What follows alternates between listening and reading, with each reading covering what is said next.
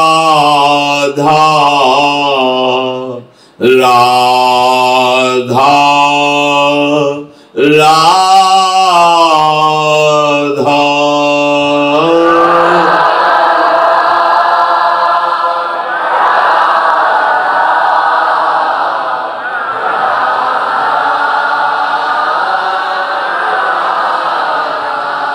राधा राधा राधा राधा राधा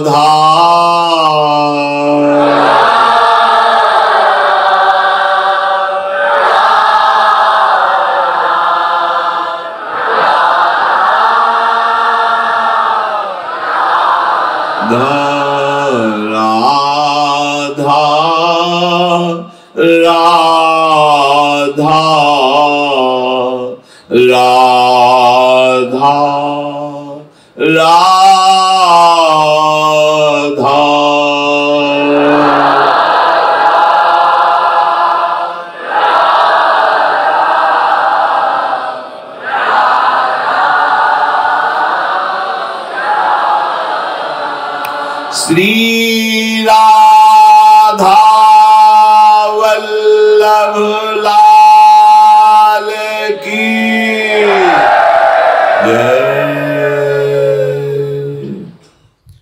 परम सच्चिदानंद घन प्रेम समुद्र प्रिया प्रीतम का नवनिभृत निकुंज महल श्री वृंदावन धाम, ये हमारे किसी पुण्य फल से या हमारे धन बल से या प्रयास पुरुषार्थ से नहीं मिला है। जिनको वृंदा विपिन है कृपा तिन्हीं की होए। ये लाडली जू की अपार कृपा हमारे ऊपर हुई है। हम सब जो वृंदावन की पावन भूमि में बैठे हैं, ये केवल कृपा है। हृदय का पूर्णतया निर्विकार हो जाना, ये केवल कृपा है। हृदय का प्रेम से परिपूर्ण हो जाना, ये केवल कृपा है। प्रियालाल की प्राप्ति हो जाना, ये केवल कृपा है।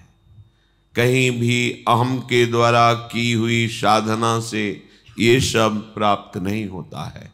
इसीलिए महाप्रभु हरिवंश चंद्र जी ने सर्वेषु साधन वरेषु चिरम निराशा, अहम की धरा से की हुई साधना त्रिगुणात्मिका माया के द्वारा रचे हुए लोक लोकांतरों की प्राप्ति तो करा सकती है, पर सच्चिदानंद प्रियालाल की प्राप्ति, नवनिभृत निकुंज वृंदावन, प्रेम बपू, सहचरी भाव और निरंतर सेवा में मगन रहना, ये महासुख जो अन्य लोकों की बात क्या, परम पावन धाम वैकुंठ में भी ये सुख नहीं है। जो सुख वृंदावन नवनिभृत निकुंज में है। सखा भाव के महापुरुषों ने ही जब स्वयं वैकुंठ का वैभव श्री कृष्ण कृपा से देखा तो कह पड़े, कन्हैया मुझे वैकुंठ सुख नहीं, मुझे वो ब्रज सुख चाहिए जिसमें मेरा श्री कृष्ण है। यहाँ तो भगवान बैठा हुआ है, बहुत दिव्य पार्षद मुझे आगे ही नहीं जाने दे रहे, और मेरा कन्हैया मेरे साथ खेलता है, वो मुझे सुख चाहिए, ये सुख नहीं चाहिए। जहाँ सखा भाव में ही वैकुंठ सुख लघु हो गया, वहाँ ये महाप्रेम रस, महामाधुर्य रस, वृंदावन नित्य विहार, ये तो बहुत ही दुर्लभ है। हमें श्री जी की कृपा प्राप्त हुई है। अब हम इस कृपा में डूबे। जो हमें प्राप्त हुआ है बहुत बड़ी बात है। राधा नाम, राधा धाम और राधा चरण उपासना ऐसी करुणामयी स्वामिनी है कि एक दो अपराध क्या अनंत अपराध बन जाएं, पर उस उपासक के हृदय में ये बात है कि मेरी लाडली जो, तो सच्ची मानिए उसकी किंचन मात्र दुर्गति नहीं होगी। प्रभु अधीन है हमारी श्री जी के, जाके अधीन सदाई सामरो, या ब्रज को शिर ताज, हमारे माई श्यामा जू को राज। बस आवश्यकता है इस बात की कि हमारी एक एक वृत्ति श्री जी में लग जाए, वो भी उन्हीं की कृपा से लगेगी। पर आपको जो उपासना मिली है, जो नाम मिला है, इसमें हमारे प्रयास की जरूरत है। हम प्रयास पूर्वक जितनी हम में ऊर्जा शक्ति है, सुख मिले ना मिले, हमें उपासना मार्ग में आगे बढ़ना है। खूब नाम जप करना है, नाम कीर्तन करना है, वाणी गायन करना है, वाणी श्रवण करना है, और जितने भी सांसारिक व्यवहारिक परमार्थिक कार्य हैं वो सब प्रियालाल के चरणों में समर्पित करना है। इससे एक दिव्य भाव आएगा आपके हृदय में। ये भाव कहने सुनने का नहीं, ये हृदय में होता है। प्रियालाल मेरे, मैं प्रियालाल का, कोई मेरा नहीं, मैं किसी का नहीं, ये अंतर की स्थिति में आता है। ये जब स्वयं आने लगे तो जान लेना कि अब हमारा प्रियालाल के पास जाना निश्चित हो चुका है। जब तक हमारा कुछ बकाया रहता है तो उसका हिसाब करने आना पड़ता है, लेना या देना, कर्म परिणाम भोगना, या जो हमने शुभ कर्म किए हैं, किसी को दान दिया है, किसी को स्वीकृत किया है, तो वो लेना, लेना न देना, तब प्रियालाल में मगन रहना। इसलिए हम सारे कर्म प्रियालाल को समर्पित करते हैं, चाहे व्यवहारिक हो चाहे परमार्थिक, तो वो हमारे प्रियालाल के चरणों में समर्पित हुए तो उसका परिणाम हमें प्रियालाल मिलेंगे। अगर हम शुभ और अशुभ कर्मों को अपना मानेंगे, कर्ता भाव रखेंगे, तो हमें भोगने आना पड़ेगा, शुभ कर्म भोगने और अशुभ कर्म भोगने। इसीलिए उपासना में सबसे महामहिम भाव प्रकट होता है उपासक के हृदय में कि मेरा कोई नहीं। कोई नहीं मतलब शरीर भी मेरा नहीं, कर्म भी मेरा नहीं, सामग्री भी मेरी नहीं, पूरे जगत में कोई मेरा नहीं, केवल प्रियालाल। ये आता है जैसे मीरा जी के हृदय में आया, मेरे तो गिरधर गोपाल दूसरो न कोई, न ये शरीर मेरा है, न संबंधी मेरे है, न ऐश्वर्य मेरा है, न भोग मेरा है। बिल्कुल। अब देखो जीवन मुक्त हो गया ना, जब कुछ मेरा ही नहीं तो फिर किसके लिए आएगा? जो मेरा है वो प्रभु है, तो प्रभु में लीन हो गया। ये स्थिति हृदय में धारण करनी है। व्यवहार में रहते हुए भी, गृहस्थ में रहते हुए भी अंतर से भाव रखना है, ये सब प्रभु का है, उन्हीं का है।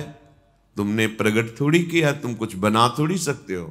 प्रभु के बनाए में ही तुम कुछ बिगाड़ कर रहे हो, उसी में खेल रहे हो।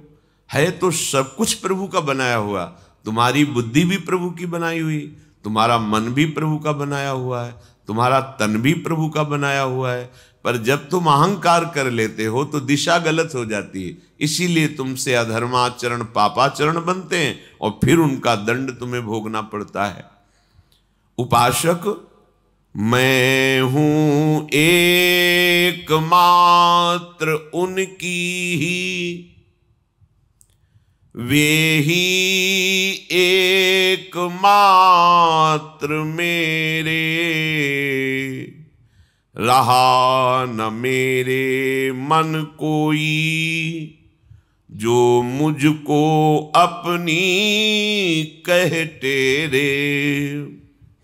इसी भांति उठ गया सभी पर से, अब मेरा भी अधिकार, जब से हुई समर्पित, जब से की प्रीतम ने अंगीकार।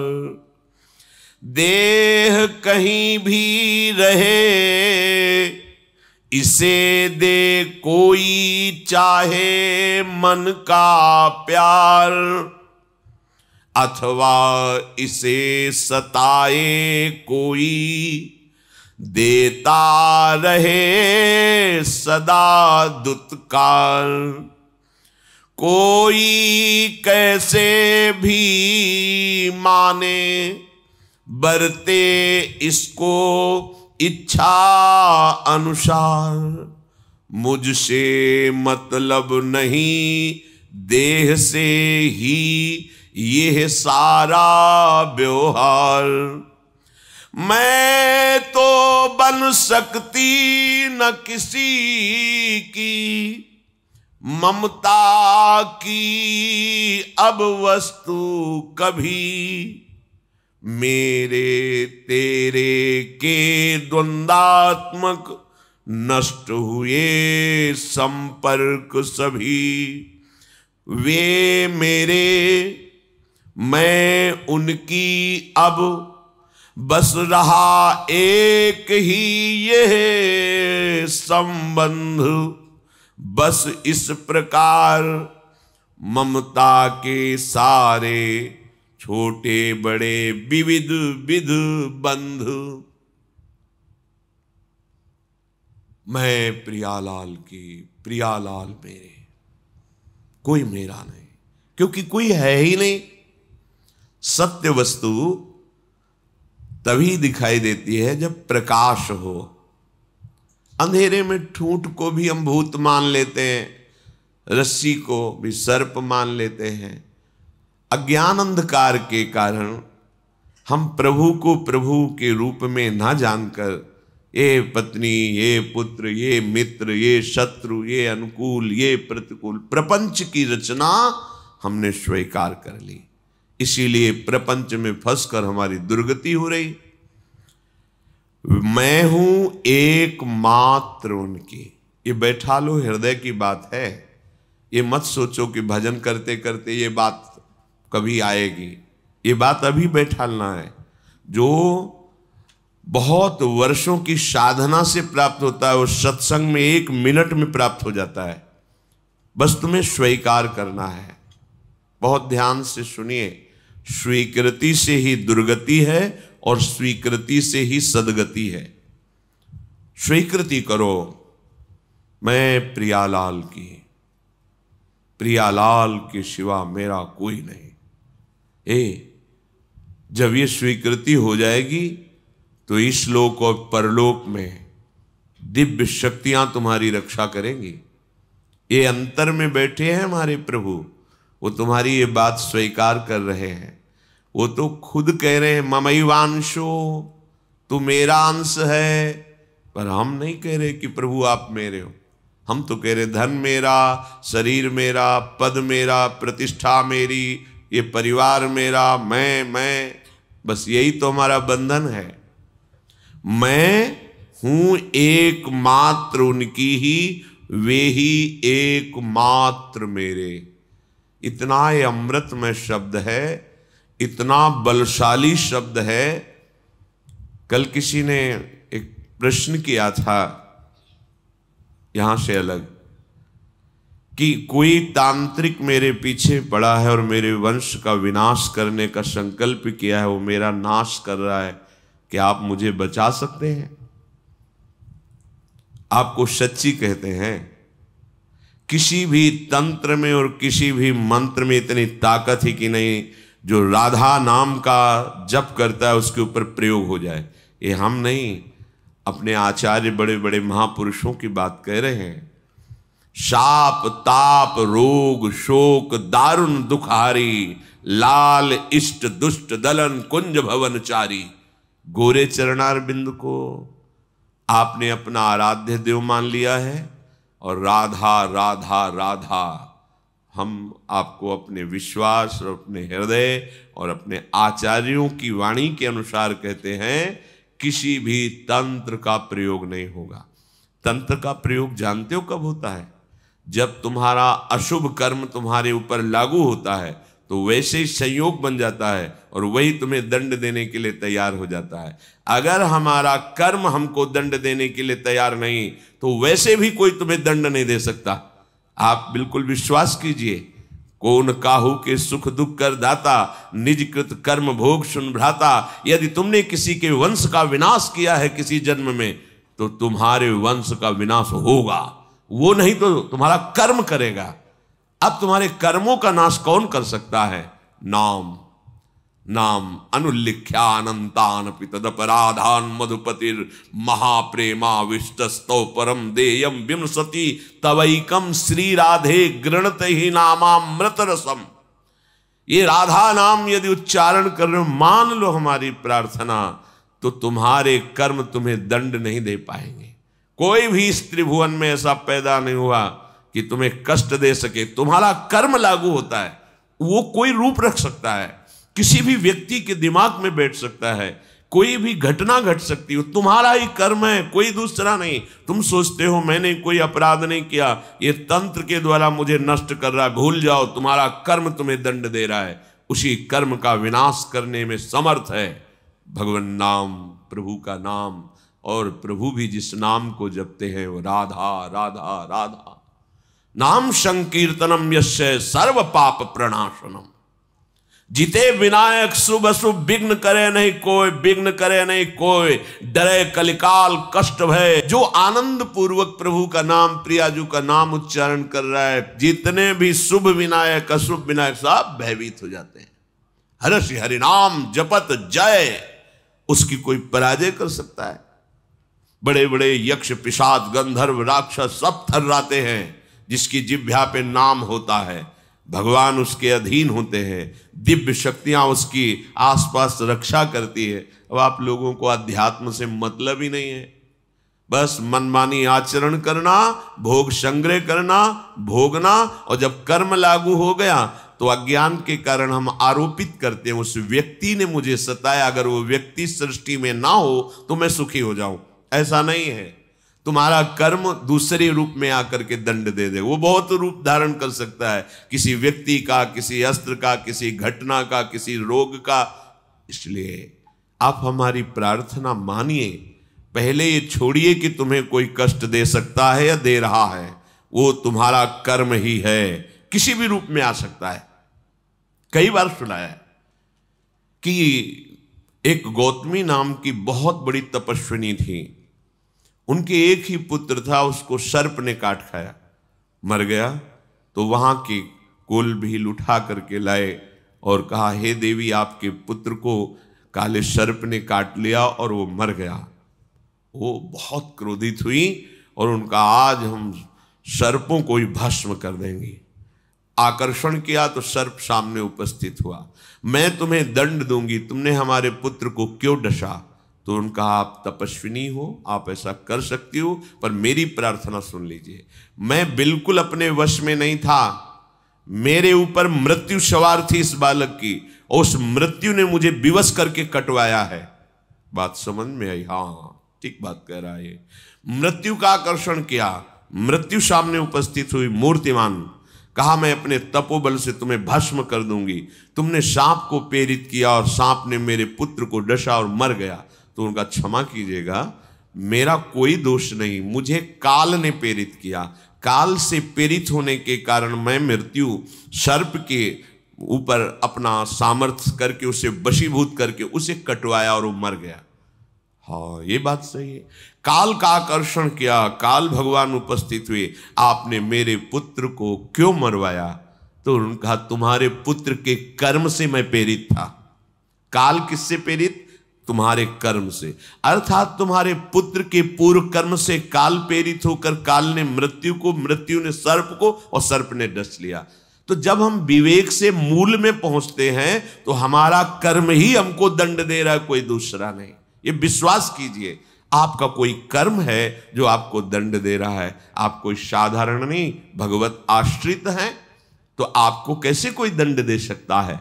इसलिए एक उपाय है कि आपका वो कर्म नष्ट हो जाए जो दंड देने के लिए उद्यत है, उत्साहित है, वो है भगवन नाम, भगवद आश्रय। जिस समय आप अपने आप को और अपनी मानी हुई समस्त संबंध और भोग सामग्री को प्रभु के चरणों में समर्पित कर देंगे, अब किसी की ताकत नहीं कि वहां मनमानी कर सके। वो जो भी होगा प्रभु के विधान से होगा, और प्रभु के विधान को शरणागत सर झुकाकर स्वीकार करता है, चाहे वो कठोर रूप विधान हो या मृदु रूप विधान हो। मेरे प्रभु मेरा परम मंगल कर रहे हैं। रहा ना मेरे मन में कोई जो मुझको अपनी कह टेरे। बाहर से सब अपना अपना कह रहे हैं कि तू मेरा, लेकिन मेरे मन में तो केवल अपनापन श्री जी के लिए है। ध्यान देने की बात, मेरे मन में कोई ऐसा नहीं है कि जिसे मैं अपना कह सकूं, वो केवल श्यामा श्याम है। मेरा सभी से अपनापन उठकर श्री जी के चरणों में समर्पित, यही तो उपासना का लक्ष्य है। जननी जनक बंधु सुत दारा, तन धन धाम सुहृद परिवारा, सबकी ममता ताग बटोरी, मम पद मनहि बांध बर डोरी। आहा, उपासना का रंग चढ़ा और हृदय में आ गया कि इसी भांति उठ गया सभी पर से अब मेरा अधिकार। जब से हुई समर्पित, जब से किया प्रीतम ने अंगीकार, अब मेरा कुछ नहीं, कोई अपना नहीं। तो क्या वो जंगलों में घूमता है? नहीं, सब प्रभु का मान करके वैसे ही सेवा में रहता है जैसे एक अज्ञानी जीव रहता है। वैसे उन्हीं के बीच में रहकर खूब परिवार की सेवा, खूब धन कमाना धर्म पूर्वक, और सारे सारे के व्यवहार वैसे ही करना। बस समझना है मेरा कुछ नहीं, प्रभु का है। प्रभु के भवनाथ सकल संपदा तुम्हारी, मैं सेवक समेत सुत नारी। बहुत सुंदर उपासना। देह कहीं भी रहे, वृंदावन में रहे, दूर देश में रहे, अब ये प्रभु के विधान में है। जहां राखो ता रहो मान सुख राशि है। स्वर्ग नरक अपवर्ग आस नहीं त्रास है। चाहे स्वर्ग में रखो, नरक में रखो, अपवर्ग में रखो, वो आपका विषय है। मैं तो अपने आप को आपके चरणों में समर्पित कर दिया। देह कहीं भी रहे, इसे दे कोई चाहे मन का प्यार। कोई बहुत इसे प्यार कर रहा है, प्रणाम कर रहा है, नमस्कार कर रहा है, आप जानो, या अथवा इसे सताए कोई, देता रहे सदा दुत्कार। कोई निंदा करे, गाली दे, अपमान करे, आप जानो। अब इस देह के प्रपंच में मुझे नहीं फंसना, ये देह आपको समर्पित है। ये दिव्य उपासना का भाव। कोई कैसे भी माने बरते इसको इच्छा अनुसार, मुझसे मतलब नहीं, देह से ही ये सारा है व्यवहार।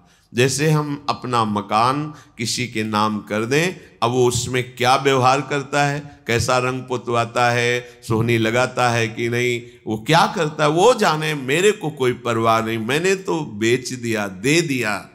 ऐसे ही जैसे रूप लाल हित हाथ बिकानी, अब तो श्यामाजू की चरण दासता के लिए मैं बिक गया, उनका हो गया। मेरा तन, मेरा मन, मेरा प्राण श्री जी का। अब जैसा चाहे बिल से, अब कोई शिकवा नहीं, कोई शिकायत नहीं। फिर अगर शिकवा शिकायत है तो दिया क्या? अरे शरीर आपने अपना मान रखा है, मन आपने अपना मान रखा है, क्रियाएं अपनी मान रखी, भोग संपत्ति तो शरणागत काहे से हुए। तनुवांग मनोभिर्मलई सोहम तैवाश्रिता। शरीर मन वाणी सब अपने प्रभु को समर्पित। अब जो हो आप जानो, आप हमारे तो सिर्फ आप हो, न कोई कर्म हमारा है, न कोई व्यक्ति हमारा है, न कोई वस्तु हमारी है। अजात पक्ष एव मातरम खगा। कितना आनंद का विषय पर हम समझ नहीं पा रहे, हम समझ नहीं पा रहे। भगवत प्राप्ति इसी से होती है, क्रियाओं से नहीं, इसी से। अपने आप को समर्पित कर दिया। अब जो भी हो रहा है मेरे नाथ करवा रहे, तो पापाचरण भी होगा नहीं। जहां सूर्य होता है अंधकार नहीं होता, जहां राम तहां काम नहीं, जहां काम नहीं राम। ऐसे उपासक के हृदय में कामना ही नहीं रहती, और कामना ही पाप का मूल है। फिर पाप कैसे हो सकता है? प्रभु के चरणारविंद में समर्पित होते ही अंतःकरण दिव्य हो जाता है, प्राकृतिक नहीं रहता। वो दिव्य आनंद का भोग करता है, तो पार्थिव भोगों की कामना कौन करे? मैं तो बन सकती न किसी की अब ममता की वस्तु कभी, ना कोई मेरी ममता को चुरा सकता है, और ना मैं किसी की ममता स्वीकार कर सकती हूं। जो उपासक को कोई प्यार करता है, ममता करता है, भाव रखता है, वो पोस्टमैन का काम करता है। उसकी ममता उठाकर युगल चरणारविंद में रख दी, और युगल चरणारविंद की ममता को दृढ़ करने के लिए उनकी बात बता दी। श्री जी और वो जन, और वो जन और श्री जी, आप तो बस सेवक। हमें कोई प्यार करता है हमें कोई नमस्कार करता है तो हमें नहीं, ये वस्तु श्री जी की है, ये श्री जी को कर रहा है, उसका हिसाब श्री जी देगी। इसे कोई मारता है, गाली देता है, अपमान करता है, कोई फर्क नहीं, श्री जी की है, श्री जी जाने। मैं तो बन सकती न किसी की ममता की अब वस्तु कभू, कभी मेरे तेरे के द्वंद्वात्मक नष्ट हुए संपर्क सभी, नष्ट हुए संपर्क सभी। आपके संपर्क का सीधा सूत्र केवल प्रियालाल से होना चाहिए।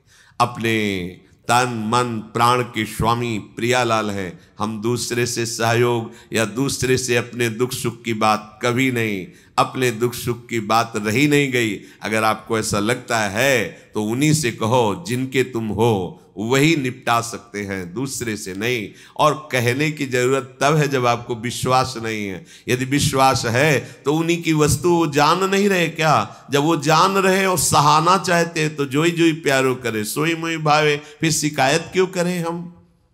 मेरे तेरे का आप संबंध नहीं रह गया इस जगत से। वे मेरे, मैं उनकी, अब बस रहा एक ही यह संबंध। मेरी इज्जत, मेरी धन, मेरी गति, मेरी मति, मेरी श्यामा जू, भला कौन छू सकता है? हमारी श्यामा जू। कटे मोह ममता के सारे छोटे बड़े विविध विध बंध, जितनी ममता शक्ति संसार से थी स्वाभाविक नष्ट हो जाती। कटे मोह ममता के सारे, जितनी मोह ममता हम समेटना चाहते हैं हमसे नहीं समेट सकती। प्रभु के नाम कर दो। ये बड़े बलवान हैं, काम क्रोध लोभ मोह मद मत्सर, पर जिनके बल से ये बलवान हैं वो जब दृष्टि से देख लेंगे तो ये सब मिट जाएंगे, हट जाएंगे, शांत हो जाएंगे, निहाल हो जाओगे। भगवत प्राप्ति का सीधा सरल सहज उपाय, अपने आप को जैसे भी हो, अपिचे सुदुराचारो, जो भी तुमसे गलतियां हो गई अब चिंता न करो, प्रभु के आश्रय में हो जाओ। वो मंगल भवन ऐसा मंगल विधान करेंगे कि आपकी जय हो जाएगी, आप परम सुखी हो जाएंगे। चलते हैं महाभागवत पांडवों के पावन चरित्र का, जो समस्त मल पाप का नाश करके श्री कृष्ण चरणारविंद की प्रीति प्रदान करता है। प्रसंग चल रहा है भगवान के प्रिय सखा अर्जुन भगवान व्यासदेव जी द्वारा प्राप्त प्रतिस्मृति विद्या के प्रभाव से युक्त होकर कैलाशपति भगवान महादेव जी की आराधना करके पाशुपतास्त्र प्राप्त किया, जो अत्यंत दुर्लभ है। महादेव जी के शरीर का स्पर्श हुआ बाहु युद्ध में, महादेव जी की कृपा प्राप्त हुई। जब महादेव जी की कृपा प्राप्त हुई तो फिर वरुण देवता, कुबेर देवता, भगवान यम और साक्षात देवराज इंद्र, ये सब समीप प्रकट हो गए और कहा जो श्री कृष्ण का शरणागत है, जिसे श्री कृष्ण अपना प्रिय मानते हैं, उसके लिए अब मेरे को कोई अदेय नहीं। तुम्हें महादेव का पाशुपतास्त्र मिल गया है। तो वरुण देव ने कहा ये मेरे पास हैं, त्रिभुवन में कोई ऐसा नहीं जो मेरे पास में बंधने के बाद सुरक्षित या जीवित रह सके। उनका मंत्र की पद्धति सिखाई, कैसे प्रयोग करना है, कैसे धारण करना है, कैसे उपसंहार करना है। भगवान यम ने कालदंड प्रदान किया पद्धति सहित, भगवान कुबेर ने अंतर्धान नाम की विद्या और अस्त्र प्रदान किया। भगवान देवराज इंद्र ने कहा यहाँ नहीं, हम तुम्हें देवलोक में अमरावती में दिव्यास्त्रों का अभ्यास काफी दिन कराएंगे, बहुत से दिव्यास्त्र, इसलिए अभी तो हम जा रहे हैं और मातली रथ लेकर के आएगा और उस पर आप विराजमान होकर हमारी अमरावतीपुरी में आइए। ऐसा कहकर देवराज अंतर्धान हो गए। थोड़ी देर में ही देखा दिव्य तेजोमय रथ और भगवान इंद्र का सारथी मातली उपस्थित हुआ। गंगा में स्नान करके, ऋषियों को प्रणाम करके, हिमालय की वंदना करके, भगवान शंकर को प्रणाम करके, अपने प्राण प्रिय सखा श्री कृष्ण का स्मरण करके रथ पर आरूढ़ हुए। वायु गति से आकाश मार्ग से रथ चला। बहुत सी दिव्यताएं जो वर्णन की गई पीछे अर्जुन ने देखा। अब वो प्रधान द्वार पर पहुंचे तो मानो विशाल पर्वत खड़ा हो, ऐसे श्वेत वर्ण का विशाल ऐरावत हाथी। इंद्र की आज्ञा से उसने मार्ग दिया, स्वर्ग में प्रवेश किया। जो बड़े बड़े तपस्वी यज्ञ करने वाले राजा थे उनको देखा विमानों में आरूढ़ होकर, और पहचान लिया कि अमुक राजा, ये अमुक राजा। गंधर्व, अप्सराएं, किन्नर, ये सब कोई नृत्य कर रहा है, कोई गान कर रहा है। साध्य विश्वदेव, मरुद्गण, अश्वनी कुमार, आदित्य, वसु, रुद्र, विशुद्ध ब्रह्मर्षिगण, इन सब का दर्शन अर्जुन को स्वर्ग में प्राप्त हुआ। सप्तऋषि, तुम्बूर, नारद, हा हा हु हु, गंधर्व, ये सब गान कर रहे हैं। शत्रुओं का दमन करने वाले कुरुनंदन अर्जुन को बहुत आनंद अनुभव हो रहा है। फिर 100 यज्ञों का अनुष्ठान करने वाले दुर्धर्ष तेजस्वी देवराज इंद्र के दर्शन के लिए उनके अंदर व्याकुलता हुई। महाबाहु पार्थ का रथ जीव ही अमरावतीपुरी में प्रवेश किया तो देखा सामने तेजो में देवराज इंद्र विराजमान है, जिनके मस्तक पर श्वेत छत्र तना हुआ है और सुंदर दिव्य पार्षद चमर कर रहे हैं। विश्वावसु गंधर्व स्तुति कर रहे हैं। ब्रह्मर्षिगण ऋग्वेद, यजुर्वेद, सामवेद संबंधी दिव्य स्तोत्रों द्वारा देवराज का स्तवन कर रहे हैं। कुंती कुमार कूद पड़े रथ से और जाकर देवराज इंद्र के चरणों में मस्तक रखा। देवराज इंद्र ने अपनी पवित्र भुजाओं से अर्जुन को हृदय से लगाया। अर्जुन को हाथ पकड़कर ले गए, उस सिंहासन पर बैठाला जिसकी ऋषिगण स्तुति मात्र करते हैं, बैठ नहीं सकते उस सिंहासन पर। देवराज के सिंहासन त्रिभुवन पति पद पर केवल 100 अश्वमेध यज्ञ, 100 राजसु यज्ञ और निष्पाप निर्विकार जब यहां से होके तब वो इंद्र पद प्राप्त करता है। उसमें ऐसे नहीं कि कोई भी ऋषि या महात्मा बैठ सके, ऐसा नहीं। शत्रुवीरों का संहार करने वाले अर्जुन का हाथ पकड़कर देवराज ने अपने साथ सिंहासन पर बैठाला, मस्तक सूंघा और अर्जुन को बार बार अपने कर का देवराज इंद्र के हाथ में अमृत स्राव होता है, अमृत सावी कहते हैं। वो ऐसे ऐसे बहुत अपार बल की वृद्धि हो रही, बड़ा आनंद अनुभव हो रहा है अर्जुन को। वृत्तासुर का वध करने वाले, वज्र को धारण करने वाले अर्जुन के मुख का स्पर्श करते, जैसे कोई अपने बालक को दुलार करता है, ऐसे देवराज इंद्र वज्रधारी इंद्र के द्वारा बार बार दुलार करते देखकर पूरी सभा आश्चर्यचकित हो रही कि ऐसा सम्मान अमरावतीपुरी में देवराज इंद्र ने आज तक किसी का नहीं किया जैसा अर्जुन का किया। अर्जुन सिंहासन पर देवराज इंद्र के बराबर बैठे हुए हैं। उसी सिंहासन पर गंधर्वाद शाम गान कर रहे हैं। घृताची, मेनका, रंभा, पूर्वचित्ती, स्वयं प्रभा, उर्वशी, मिश्रकेशी, दंडगौरी, वरुथनी, गोपाली, सहजन्या, कुंभयोनी, प्रजागरा, चित्रसेना, चित्रलेखा, सहा, मधुश्वरा, ऐसी सहस्त्रों अप्सराएं इतनी सुंदर कि एक ऋषि को मोहित करने के लिए एक ही अप्सरा काफी। वो ऋषि जो शब्द, स्पर्श, रूप, रस, गंध पर विजय प्राप्त कर चुके हैं, वो नृत्य कर रही है। तदनंतर देवराज इंद्र का अभिप्राय जान करके देवताओं और गंधर्वों ने पूजन सामग्री लाकर सिंहासन पर बैठे हुए अर्जुन का पूजन किया। अर्घपाद्य देवताओं से प्राप्त कर रहे हैं अर्जुन। इंद्र भवन में पूजा करके फिर उनको पधराया गया। देव समुदाय पूजन कर रहा है अर्जुन का, ये बड़े बड़े ऋषि जन देख रहे हैं। सबके मन में हो रहा है ऐसा कौन सा तप अर्जुन ने किया है जो ये बात मिल रही है। जैसे देवराज इंद्र का पूजन, ऐसे देवता पूजन कर रहे हैं अर्जुन का। महाराज देवराज इंद्र हाथ पकड़ करके अपने भवन में ले गए। रात विश्राम हुई। प्रातः अर्जुन से कहा कि तुम्हें यहां दिव्यास्त्र प्राप्त करने के लिए भगवान व्यास देव जी ने भेजा है, जिसके प्रिय मित्र श्री कृष्ण, उसके लिए कुछ दुर्लभ नहीं। देखो शास्त्रों में जैसे लिखा है कि मुझे परमेष्ठी पद नहीं चाहिए ब्रह्मा का, मुझे देवराज इंद्र का पद नहीं चाहिए, योग की सिद्धियां नहीं चाहिए, फिर मृत्यु लोक का सम्राट पद की क्या बात। हे हरि, मुझे आपके चरणों की सेवा चाहिए।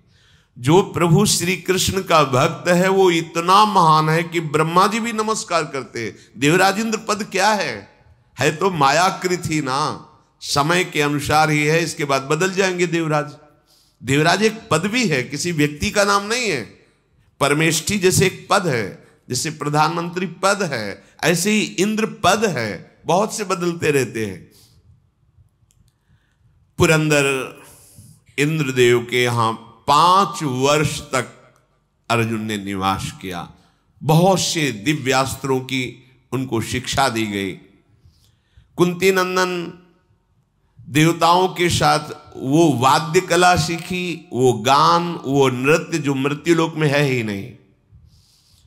पुरंदर ने अर्थात इंद्र जी ने अर्जुन को कहा, एक तुम्हारे लिए बहुत आवश्यक है, तुम यहां आए हो तो दिव्य कोई भी गुण नहीं बचना चाहिए, सब सीख लो। चित्रसेन नाम के गंधर्व को नियुक्त किया कि अर्जुन को समस्त गान विद्या, नृत्य विद्या और वाद्य विद्या में पारंगत कर दिया जाए। अर्जुन ऐसे सुख में रहते हुए भी जब दुशासन का वो रूप सामने आता है कि द्रौपदी रो रही और सभा में उसके वस्त्र खींचे तो जल जाते हैं। जब कर्ण के वो वचन याद आते हैं कि बैठा लो इसको निर्वस्त्र करके दुर्योधन की जंघा पे, तो स्वर्ग में भी उनको अशांति प्रकट हो जाती है कि कितनी जल्दी जाऊं और इन दुष्टों का विनाश करो। नित्य शिक्षा ग्रहण करके फिर संध्या काल में सिंहासन पर बैठ करके नृत्य गान वाद्य आदि जो गंधर्वगण करते वो देखते थे अर्जुन। एक दिन अर्जुन सभा में बैठे हुए थे तो देखा कि उर्वशी बार बार अर्जुन की तरफ देख रही है। अर्जुन की भी दृष्टि नख से सिक तक उर्वशी पर जाती है, बार बार उर्वशी। देवराज इंद्र पार्श्व में ही बैठे थे, देखा अर्जुन की दृष्टि और उर्वशी की दृष्टि, बड़े प्रसन्न हुए। चित्रसेन गंधर्व को बुलाया और कहा, गंधर्वराज जाओ और उर्वशी को आदेश करो कि वो अर्जुन की सेवा में उपस्थित हो। मैंने देखा कि अर्जुन का चित्त भी लुभायमान हो रहा है और उर्वशी की भी दृष्टि अर्जुन पर है, इसलिए जाओ, उसको मेरा आदेश है वो अर्जुन की सेवा में उपस्थित हो। तथास्तु, ऐसा कहकर चित्रसेन उर्वशी के पास गए। उर्वशी ने प्रणाम किया चित्रसेन को, कैसे आगमन हुआ, तो उन्होंने कहा कि पाक शासन भगवान देवराज इंद्र का आदेश है, आप अर्जुन की सेवा में उपस्थित हो। उर्वशी बहुत आनंदित हुई क्योंकि वो अर्जुन के दर्शन से ही लुभायमान हो गई थी। कैसे हैं अर्जुन, जिस उर्वशी को देखकर बड़े बड़े महात्मा भी लुभायमान हो जाते हैं, वो उर्वशी अर्जुन को देखकर लुभायमान हो रही। ये भगवान नारायण से प्रकट की गई है। भगवान नारायण ने अपनी जंघा में से चित्र बनाया तो उससे उर्वशी प्रकट हो गई जब कामदेव विजय के लिए गए थे। स्वर्ग के एकमात्र सम्राट का कृपा प्रसाद मैं अभिनंदन करती हूं। मैं तो चाहती ही थी कि अर्जुन के समीप मुझे जाने का आदेश मिले, बिना आदेश के नहीं। मैं श्री शील स्वभाव मनोहर उत्तम व्रत इंद्रियों को संयम में रखने वाले और यहां देवताओं में सम्मान प्राप्त करने वाले अर्जुन की सेवा में जरूर जाऊंगी। वीरवर अर्जुन को मैं अच्छी तरह जानती हूं, उर्वशी ने कहा। अर्जुन को मैं ऐसा सुख प्रदान करूंगी कि उनको लगेगा कि स्वर्ग में जाने का सुख क्या है। बड़े भाव में भर करके बहुत आनंदित होकर के चित्रसेन को वापस किया। अब वो तो दिव्य देवी है, वो जहां से चलती हैं वहां बादल पर्दा करते हैं। कोई जिसको देखने का आदेश वही देख सकता है। स्वर्ग में भी सब ऐसे नहीं कि उर्वशी को देख सके। और उनके मुख से ऐसी सौरभ प्रकट होती, सुगंध प्रकट होती है कि योजनों वातावरण सुगंधित और उन्मादकारी हो जाता है। मैं महेंद्र की आज्ञा से अर्जुन के सद्गुणों का चिंतन करके उनको सुख प्रदान करूंगी, ऐसी भावना से गई। संध्या का समय, चंद्रोदय धीरे धीरे प्रकट हो रहा है, चांदनी छिटक रही है। अब उर्वशी के स्वरूप का क्या वर्णन हो, तो दिव्य अप्सरा है, स्वर्ग की शोभा है। मानो काम को चुनौती देती हुई, सुंदरता का विस्तार करती हुई प्रसन्न मुद्रा में वो अर्जुन के महल में पहुंच गई देव मार्ग से। अत्यंत बहुत सुंदर ओढ़नी ओढ़े हुए हैं, बड़ा श्रृंगार वर्णन है उर्वशी जी का। मन के समान इनकी गति है, जहां जाना है वहीं पहुंच गए। पांडु कुमार अर्जुन के महल में प्रवेश हुआ उर्वशी का। द्वारपाल से सूचना दी कि अर्जुन को सूचना दो कि अप्सराओं में श्रेष्ठ उर्वशी देवराज इंद्र की आज्ञा से आपकी सेवा में उपस्थित हुई है। यह हमें बताना चाहते हैं कि भगवान श्री कृष्ण का भक्त कितना हृदय से बलवान होता है। मतलब यहां जो बात है वो बहुत बड़ी बात है। अर्जुन तुरंत निकले, जो ही देखा उर्वशी को तो नेत्रों से पहले प्रणाम किया, फिर समीप जाकर के जैसे पंचांग गुरुजनों को प्रणाम करते से घुटने टेक कर उनके चरणों जल गई उर्वशी। ये क्या है? क्योंकि वो दूसरे भाव से आई हुई थी। अर्जुन बोले, हे देवी, तुम्हारा हमारे हृदय में जो स्थान है वो तुम्हें कैसे बताऊं? मैं तुम्हारे चरणों में बार बार मस्तक रखकर प्रणाम करता हूं, आज्ञा कीजिए, मैं तुम्हारा एक सेवक हूं, मैं क्या सेवा उपस्थित करूं? अर्जुन के बात सुनकर उसका हृदय बहुत संतप्त हुआ और अपने हृदय को संभालते हुए कहा, मैं स्वयं अपनी इच्छा से नहीं आई हूं, गंधर्वराज चित्रसेन ने देवराज इंद्र की आज्ञा से मुझे भेजा है और वो तुम्हारी सेवा की आज्ञा की है, इसलिए मैं आई हूं। अर्जुन, तुमने जैसे शब्द निकाले वापस करो, ऐसे शब्द मत बोल देना, क्योंकि उस भाव में चरणों में प्रणाम करना, हाथ जोड़ के खड़े होना, ये सब नहीं होता। मैं एक उद्देश्य लेके आया हूं तुम्हें सुख प्रदान करने के लिए। विशाल नेत्रों वाले इंद्र कुमार, मैं एक अप्सरा हूं, मेरा उसी भाव से तुम स्वागत करो। ये देवी कहना, प्रणाम करना, ये सब नहीं। मैंने देखा तो सभा में तुम हमारी तरफ देख रहे थे, बहुत सी अप्सराएं थी, मेरी तरफ क्यों देखा? देवराज इंद्र का आदेश है, उसका तुम्हें भी पालन करना चाहिए। शत्रुदमन, मैं तुम्हारी सेवा के लिए आया हूं, मेरा मन बहुत इस समय विचलित है, इसलिए बहुत सावधान होकर हमारे सामने चेष्टा करो। सामर्थ्यशाली देवी कोई साधारण थोड़ी, बहुत सावधान होकर वाणी बोलिए, चेष्टा कीजिए। ये प्रणाम मुद्रा, ये वाणी। स्वर्गलोक की दिव्य सुंदरी उर्वशी की बात सुनकर अर्जुन ने कान में उंगली डाली।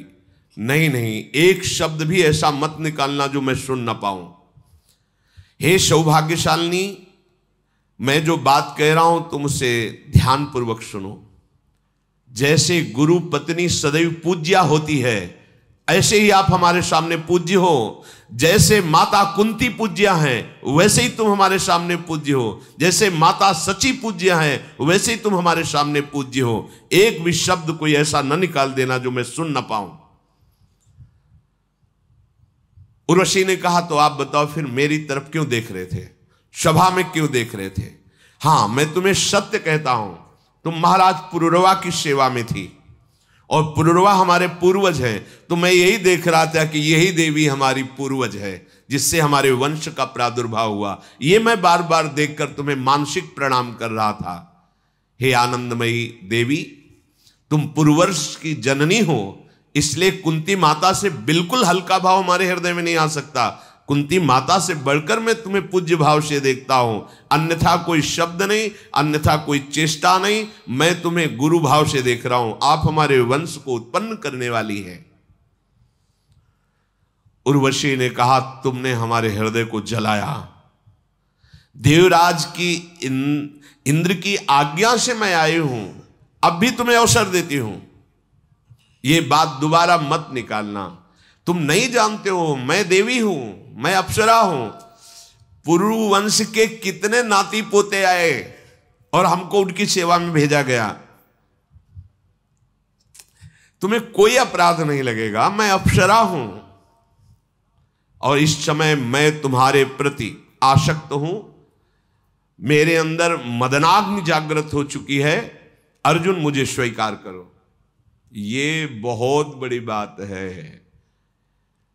देवराज इंद्र ने आदेश किया है, स्वर्ग की जैसी रमणीयता में उर्वशी जी स्वयं प्रेरणा कर रहे और अर्जुन जी अपनी निष्ठा में। ये बात तो बड़े बड़ों के होश उड़ा देने वाली। विश्वामित्र जी तपस्या में मगन है, उर्वशी जी नहीं, मेनका जी ने होश उड़ा दिए, तपस्या से वृत्ति उनकी हटा दी। और यहां साक्षात उर्वशी एकांत समय स्वर्ग की रमणीयता और बार बार आग्रह करे कि मैं तुम्हारी भक्त हूं, इस समय मैं मदनाग से युक्त हूं, इंद्र ने आदेश किया मुझे स्वीकार करो। अर्जुन ने कहा, अनिंदिते, मैं सत्य वचन कह रहा हूं, दिशा और विदिशा की अधिष्ठात्री देवियां मेरे इस वचन का अनुमोदन करें। माता कुंती, माद्री और सची और आप, इतना भी अंतर मेरे हृदय में नहीं है। तुम पुरवंश की जननी हो, परम गुरु स्वरूपा हो, इसके अलावा मैं एक भी शब्द नहीं बोलूंगा और कोई शब्द सुनना नहीं चाहूंगा। आप कृपा करके जैसे आई हूं वैसे ही वापस हो जाइए। अर्जुन की बात सुनकर के उर्वशी क्रोध से कांप उठी। कामा संजायते क्रोधा, भयंकर क्रोध उत्पन्न हुआ और टेढ़ी नजर करके कहने लगी, तुमने ऐसा ही समझ लिया कि हम आए तो तुम स्वीकार करो या ना स्वीकार करो। जाओ, मैं तुम्हें शाप देती हूं, नपुंसक हो जाओ। बहुत बड़ी ये बात है। जाओ, मैं तुम्हें शाप देती हूं, नपुंसक हो जाओ, पुरुषत्वहीन हो जाओ, तुम्हारे अंदर पुरुषत्व ही ना रहे। अर्जुन वैसे ही प्रणाम की मुद्रा में खड़े हैं और अंतर्धान होकर चली गई। चित्रसेन के समीप गई और जाकर पूरी बात बता दी। अब तो अर्जुन बहुत उदास हो गए। पुरुषत्वहीन भला महाभारत कैसे कर सकता है, महान युद्ध कैसे कर सकता है। इतने दिव्यास्त्र प्राप्त किए और उसने शाप दे दिया, पुरुषत्वहीन हो जाओ। मेरा सारा का सारा प्रयत्न व्यर्थ हो गया। अर्जुन मन में बहुत उदास है कि अब क्या हो सकता है, जब पुरुषत्व ही नहीं तो कैसे हो सकता है। चित्रसेन जाकर के सारी घटना देवराज इंद्र को बताई। इंद्र ने तत्काल अर्जुन को बुलाया और कहा, बहुत अच्छा हुआ। पहले तो हम तुम्हें धन्यवाद देते हैं कि कोई उर्वशी के आकर्षण से बच जाए। आश्चर्य है, यही श्री कृष्ण प्रताप है। जैसे श्रीपाद प्रबोधानंद जी ने कहा कि हमारी श्री लाडली जो वृंदावनेश्वरी के गोरे चरणारविंद की ठसक जिसके हृदय में आ गई है, उस हृदय को भगवान का मोहिनी अवतार भी नहीं मोहित कर सकता। अप्सराओं की तो बात जाने दो, मोहिनी अवतार भगवान का भी नहीं मोहित कर सकता। क्योंकि मोहिनी प्रिया जो लालजू को मोहित करने वाली, उनके चरणों की ठसक जिसके हृदय में, तो अर्जुन को ठसक है श्री कृष्ण चरणारविंद की। देखो कैसा होता है महान भक्त, स्वर्ग में भी विजय को प्राप्त हो रहा है। सब अप्सराओं में स्वर्ग की श्रेष्ठ है उर्वशी जी। वो शाप दे दिया लेकिन अर्जुन का मन एक बार भी चंचल नहीं हुआ। यही है श्री कृष्ण कृपा, यह है श्री कृष्ण बल। कैसा है भगवान का बल, देख लो। अगर तपस्या का बल होता तो फिसल सकते थे, लेकिन श्री कृष्ण का बल है। इसलिए अहो भाग्य तात, तुम उर्वशी के आकर्षण से बच गए।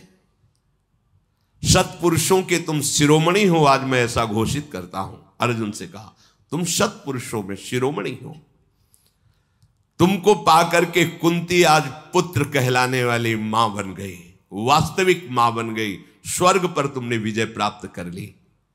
महाबाहो, तुमने अपने धैर्य से ऋषियों को परास्त कर दिया। मानद, उर्वशी ने जो तुम्हें शाप दिया है उसे मैं सीमा में बांध देता हूं। शाप तो लागू होगा, व्यर्थ तो नहीं जाएगा, पर 1 वर्ष तक जो तुम्हारा अज्ञातवास का समय दिया गया है, 12 वर्ष वनवास, 1 वर्ष अज्ञात, तो 1 वर्ष तक तुम्हारे अंदर उर्वशी का शाप लागू रहेगा। इसके बाद खत्म हो जाएगा, तो तुम्हारे काम आ जाएगा। तुम जैसे महावीर, छुपने के लिए तुम्हें कोई परेशानी नहीं पड़ेगी। ये शाप तुम्हारे लिए वरदान का काम करेगा। ये कई बार कहा है कि यदि तुम भगवान के चरणों का आश्रय लिए हो तो तलवार तुम्हारे गले तक आएगी और आकर वो हार बन जाएगी, गला काट नहीं पाएगी। देखा, शाप क्या हुआ, वरदान का स्वरूप बन गया कि अज्ञातवास में छुपने के लिए बहुत बढ़िया अवसर हो गया। इंद्र के ऐसा कहने पर अर्जुन को भारी प्रसन्नता हुई कि उद्देश्य की पूर्ति हुई। फिर तो जो शाप जनित उन्हें शोक और चिंता हुई थी वो मिट गया। धनंजय महायशस्वी गंधर्व चित्रसेन के साथ दिव्य विद्याओं को प्राप्त कर रहे हैं। एक समय की बात है, महर्षि लोमशी बहुत बड़े तपस्या के धनी हैं। वो इंद्र के दर्शन करने के लिए स्वर्गलोक में गए। उन्होंने जब देखा कि इंद्र के सिंहासन पर, आदेश सिंहासन पर अर्जुन बैठे हुए, महर्षियों से पूजित देवराज इंद्र का सिंहासन, उस पे एक नरलोक का मनुष्य अर्जुन बैठे हुए, और शरीर भी तो वही है। स्वर्ग में सशरीर जाना बहुत मुश्किल है, शरीर यहीं छूटता है, फिर वो दिव्य देह से जाता है। जैसे नरक में है ना, यातना देह प्राप्त होता है, ऐसे स्वर्ग में देव देह प्राप्त होता है। भगवान के धाम में प्रवेश करने पर भगवत देह प्राप्त होता है। निकुंज में प्रवेश करने पर सहचरी देह की प्राप्ति होती है, जो चिदानंदमय है। महर्षि के हृदय में बड़ा संशय प्रकट हुआ कि देवराज इंद्र के पद में, सिंहासन में अर्जुन कैसे। लोमस जी ने कहा कि महाराज पाकशासन इंद्र, मैं आपसे प्रश्न करता हूं कि इनका क्षत्रिय कुल में जन्म हुआ है और सब ब्रह्म ऋषि आपके नीचे आज सिंहासनों पर बैठते हैं, और ये क्षत्रिय राजकुमार हैं सिंहासन पर बैठे हैं। क्या तप है इनका इस कोटि का कि आप अपने आदेश सिंहासन पर विराजमान किए हैं? क्या पुण्य कर्म है इनका? इन्होंने कौन सा ऐसा तप किया है कि सब ब्रह्म ऋषियों के पूज्य सिंहासन पर बैठे हुए हैं? मेरे मन में इस संशय है कि जहां वायु और अग्नि, बड़े बड़े देवता जिस सिंहासन की वंदना करते हैं, उस पर अर्जुन विराजमान है।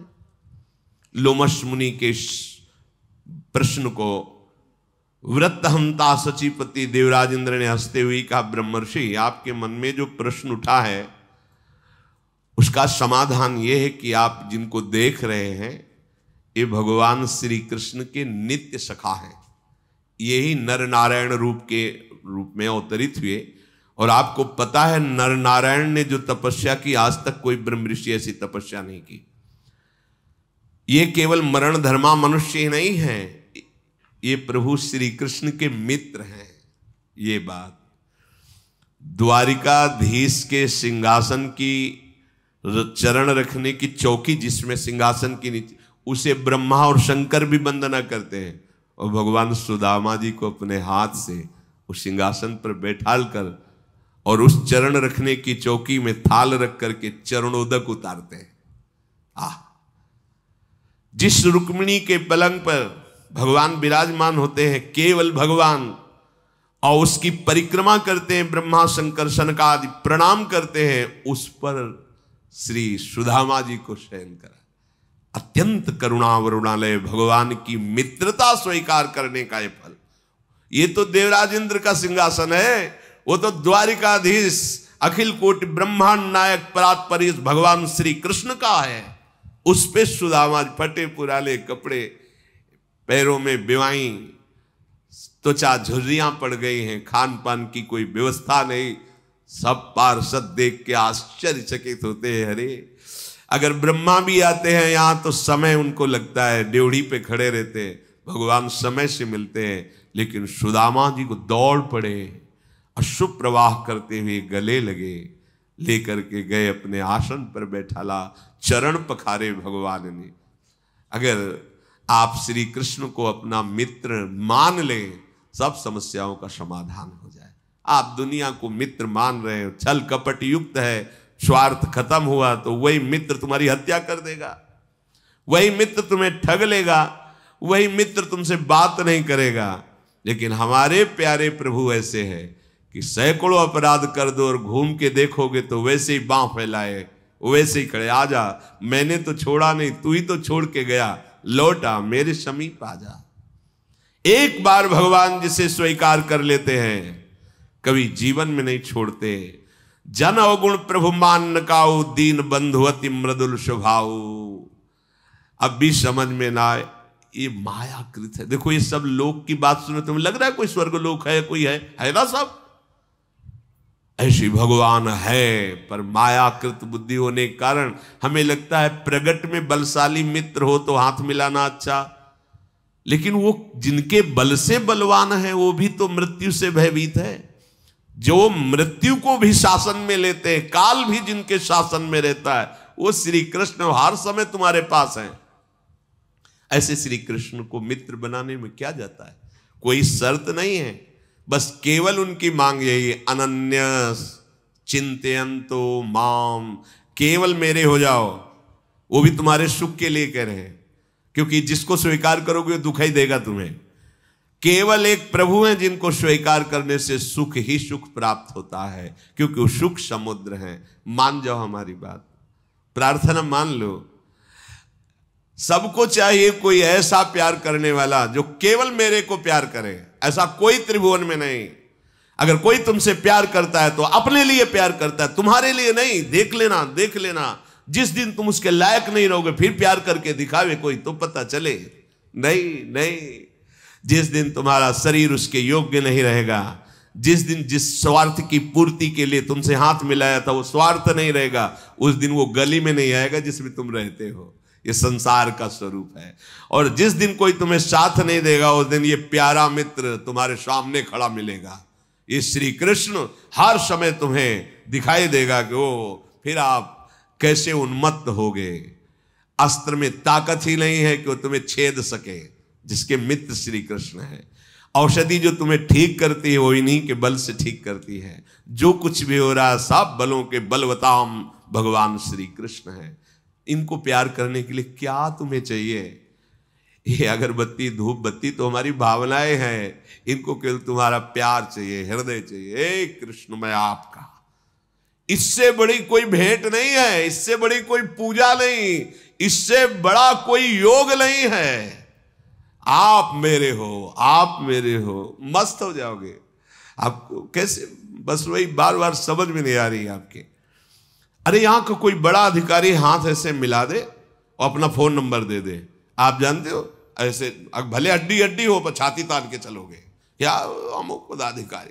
अनंत कोटि ब्रह्मांडों का, ईश्वरों का भी ईश्वर श्री कृष्ण। ये जो कृष्ण नाम है ना, ये फोन नंबर है। ये जो मंत्र है ना, डायरेक्ट उनके फोन का नंबर है। मिला ही नहीं रहे, पड़े हो संसारिक फोन नंबर मिला रहे तो कैसे मिलेगा? जो मंत्र मिला है निज मंत्र, शरणागत मंत्र, जानते हो, सीधे फोन नंबर है, सीधे आप जब के तो देखो तुम्हारे सामने वो होंगे, बात करो उनसे। बात करके कपिल भगवान कहते हैं मेरा अनन्य भक्त मेरा दर्शन ही नहीं मेरे से संभाषण करता है, मेरे साथ खेलता है। आप विश्वास मानो, भगवान है और वो खेलेंगे। ऐसा नहीं है कि वो दूर है, जो ऐसा मानते हो वो मान रहे होंगे।